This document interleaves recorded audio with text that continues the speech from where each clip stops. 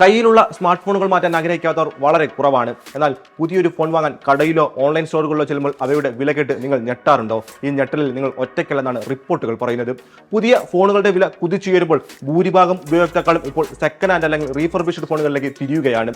Counter point റിസർച്ചിന്റെ ഏറ്റവും പുതിയ കണക്ക് പ്രകാരം 2025 ഇന്ത്യയിലെ സെക്കൻഡ് ഹാൻഡ് ഫോൺ വിപണി 7 മുതൽ 8% വരെ വളർച്ചയാണ് കൈവരിച്ചതെന്നാണ് പറയുന്നത്. എന്തുകൊണ്ടാണ് മലയാളികൾ ഉൾപ്പെടെയുള്ള ഉപയോക്താക്കൾ പഴയ ഫോണുകളോട് ഇത്രയധികം താല്പര്യം കാണിക്കുന്നത്? പരിശോധിക്കാം നമുക്ക്. പുതിയ ഫോണുകൾക്ക് വില കൂടാൻ പ്രധാന കാരണം അവയിൽ ഉപയോഗിക്കുന്ന മെമ്മറി ചിപ്പുകളുടെയും മറ്റ് അനുബന്ധ ഘടകങ്ങളുടെയും വർദ്ധിച്ച വിലയാണ്. പ്രത്യേകിച്ച് ബജറ്റ് ഫോണുകൾ വാങ്ങുന്നവരെയാണ് ഇത് വലിയ രീതിയിൽ ബാധിക്കുന്നത്. ഇന്ന് 10,000 രൂപയ്ക്ക് കിട്ടുന്ന ഒരു ഫോണിന് അടുത്ത 6 മാസത്തിനുള്ളിൽ 15,000 രൂപ വരെ വിലയാകാൻ സാധ്യതയുണ്ടെന്നാണ് വിദഗ്ധർ പറയുന്നത്. ഒരു കാലത്ത് ആമസോണും ഫ്ലിപ്കാർട്ടും ഭരിച്ചിരുന്ന ഈ സെക്കൻഡ് ഹാൻഡ് വിപണിയിലേക്ക് ഇപ്പോൾ കാഷിഫൈ, കൺട്രോളിസെഡ് തുടങ്ങിയ കമ്പനികൾ കടന്നു വന്നിരിക്കുകയാണ്. ഗുണനിലവാരമുള്ള പരിശോധനകളും വാറന്റിയും ഉറപ്പു നൽകുന്ന ഇത്തരം കമ്പനികളെ ജനങ്ങൾ വിശ്വസിക്കുന്നുമുണ്ട്. കൗണ്ടർ പോയിന്റ് റിസർച്ച് പറയുന്ന മറ്റൊരു കൗതുകകരമായ കാര്യവും കൂടിയുണ്ട് കേട്ടോ.